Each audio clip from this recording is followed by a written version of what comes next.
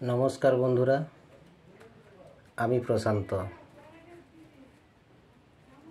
আর আপনারা দেখছেন গীতাঞ্জলি সাধের বাগান। হ্যাঁ বন্ধুরা, ঠিকই দেখছেন। এই গাছগুলিকে আমি ইনডোরে রেখেছি।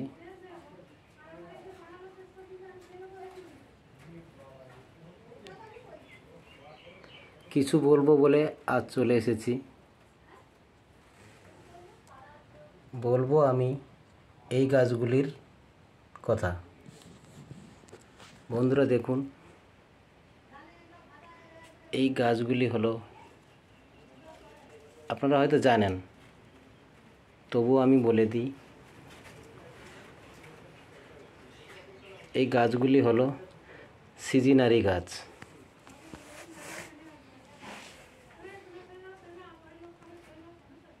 আমি দেখেছি বন্ধুরা, এই গাছগুলো বিদেশে মরুভূমি অঞ্চলে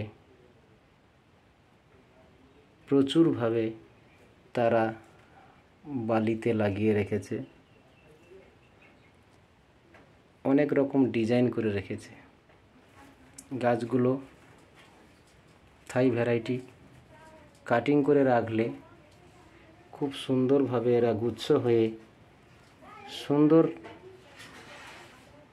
সাজিয়ে ওঠেরা।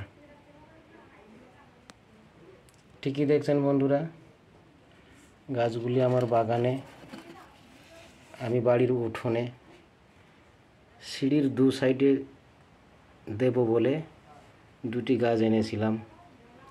গাছগুলি বয়স হয়েছে প্রায়, আমার কাছে বিশেষত প্রায় 3 মাস।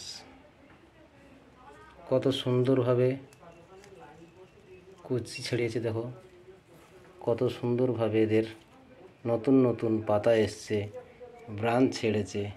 কত সুন্দরভাবে গাছটি, আমি একটু বয়স হলে গাছগুলোকে আমি পুনিং করব। হ্যাঁ, তা এবার আসি বন্ধু, গাছগুলো কি মাটিতে আছে। নর্মাল গার্ডেন সয়েল 30%, সঙ্গে কাঠের ভুসি আছে 30%, গোবর সার 20% এবং সাদা বালি 10% ও জৈব সারের মিশ্রণ দিয়েছি 10%। হ্যাঁ বন্ধুরা দেখুন, মাটিগুলো কত সুন্দর ফুরফুরে, ময়েশ্চার আছে কিন্তু হাতে জড়বে না। দেখুন বন্ধুরা, এইভাবে মাটি করতে হবে, তাহলে গাছগুলি খুব সুন্দর হবে, ড্রেনেজ ব্যবস্থা ভালো থাকবে। হ্যাঁ, আমি আমার বাগানের সমস্ত কাজ করে থাকি সম্পূর্ণ জৈবভাবে, এমনকি কীটনাশক করে ব্যবহার করি জৈব।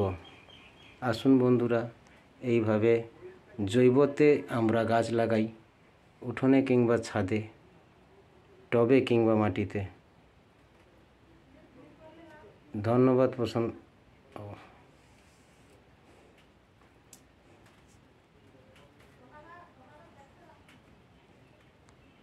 সঙ্গে থাকুন, দেখতে থাকুন।